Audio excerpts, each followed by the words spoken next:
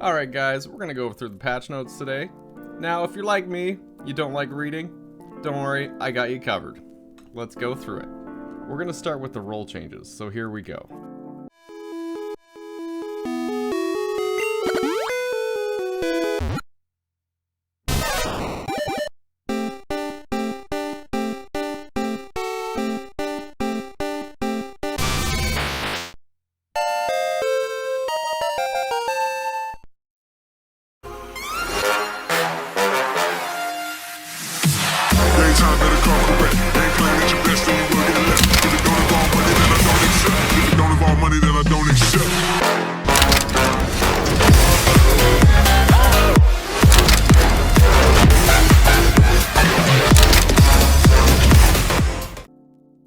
That is right.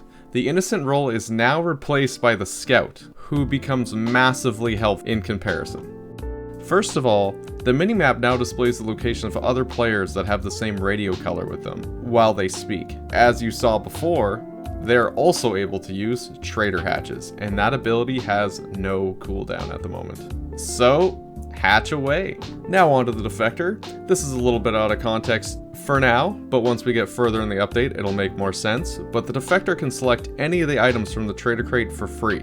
On top of that, the defector ability now starts at 50% rather than 100% at the start of the game. So you do have to wait a couple minutes before you open your first crate. The soldier is also getting a little bit of love this update. They now take 20% less damage against wolves. So, cool. Now, a big change coming up here, we got the hacker. And the hacker no longer requires electronic scrap to open bunkers, which could be very tedious at times to collect, but is no longer needed. Now, a massive change here. I don't know, let's see how we all feel about this one. The hacker can now open the Truth Serum and the Armory with their respective electronic parts.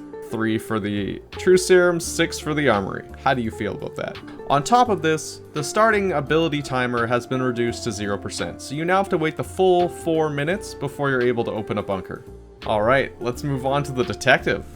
Disarm trap kits will now indicate who placed the disarmed traps, and that is exactly what it sounds like. It will now tell you the names of who placed the traps that you disarm with the kit. Very helpful, very powerful change. Trader crates are also now able to be investigated to potentially who revealed to open them. Much like the suspected killers for a body, the trader crate now gives similar information as the suspects from a dead body. And one last note here. You now get some funky jazz music whenever you're near a body. Let's see what it looks like when you disarm some traps. There you have it. Pretty straightforward, pretty exact. Two bear traps were on the ground, 2 names appeared, 1 for each trap. Moving on to the basic trader. To mimic the scout role, they are now able to see the locations of other players with the same color radio. Now moving on to all traders. Alright, here we go. So your passive trader credit gain and the amount of credits you get from opening crates has been increased. This is to help support the traders with the new loot system available to them, which we'll be going into soon. The hacker role for the traders has been completely removed. All trader roles are now able to open bunkers with 1 credit. On top of this, they are now able to open up the Truth Serum lab for 3 credits and the Armory for 6 credits. That is a massive change and something to definitely keep an eye out for. Now here comes the biggest change that can be viewed as quite the huge nerf to the Wolf Trader. There is now a new loot system for the trader crates. Traders will now be required to spend trader credits to obtain items from the crates. Each item has an individual credit amount. However, all the items in the trader airdrop are free. And one smaller note here is they've added a bonus challenge to repair the objective. Let's see what we got going on for sabotages. There's plenty of changes this patch. You'll definitely want to check these out. So first of all, most bunkers can now be sabotaged with 3 credits to cause a wolf to come out of them when all the consoles are activated. A side note for this ability, they've changed it so all of the consoles have to be activated for this sabotage and the natural wolf bunkers to open. So goodbye solo wolf bunker adventures. I'm sorry everyone. I'm sorry.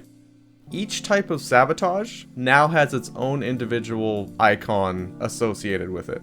So we have the break icon, the delayed icon, which you'll see soon, the wolf sabotage icon, and then the fireplace icon, which we'll be going into next. So, as I said, the cabin's fireplace can now temporarily be deactivated with 6 trader credits. This will remove the warmth from the cabin and require 4 wood to repair. To add to this, another sabotage has been added, which allows the trader to set an objective to be repaired and sabotaged with a delay, causing it to automatically sabotage at a later point in time, about a minute and a half or more after the fact. Now, another big change here is the Truce Serum and Armory are no longer able to be sabotaged. Now, the only change we have for the Identity Thieves today is they also get the cool jazzy music when they're near a dead body. Now, the only item changes in this patch are to do with poison. Poison is no longer an instant effect, unless it's from a poison crossbow. The effects are delayed after consuming it or interacting with a poison object. To note here, the items will still work as intended. If you eat a poisoned item of food, you will still gain hunger. If you heal with a poison medkit, you will still gain health. This is different than what happened before, where that item would just be null and you'd be poisoned immediately and start losing hunger. To add to this, the poisoner will now see a timer over the poisoned player's head counting down to when the poison will take effect. So poisons usually take about a minute and a half before they take effect. You are able to speed this up by consuming or interacting with additional poisoned objects. Now, one thing to note here is, you are only poisoned once. You will only have your points decreased by 10%. So the amount of times that you're poisoned before that timer has expired do not stack. The only difference between eating multiple items at the moment is the timer decreases. To make poison a bit stronger, all types of poison now cause the player to lose warmth. Now, a great change that I'm very excited to see, all poisoned items now stack with non-poisoned items of the same type. You are no longer able to tell which item is poisoned by simply having that same unpoisoned item in your inventory. So this is going to be a blast to use. Now, moving on to game mode changes, Custom mode now allows you to pick what type of map you'd like. So if you haven't been able to get many chances to play Gondola, this is a great way to try it out. Alright everyone, thank you for watching. I'd love to hear how you feel about these changes and if you need some help navigating through them. I'm always here to help. Feel free to comment below and I'll answer some questions. Until next time, have a good one guys. There we go. Start? I have bad news. I don't feel so good. What the fuck?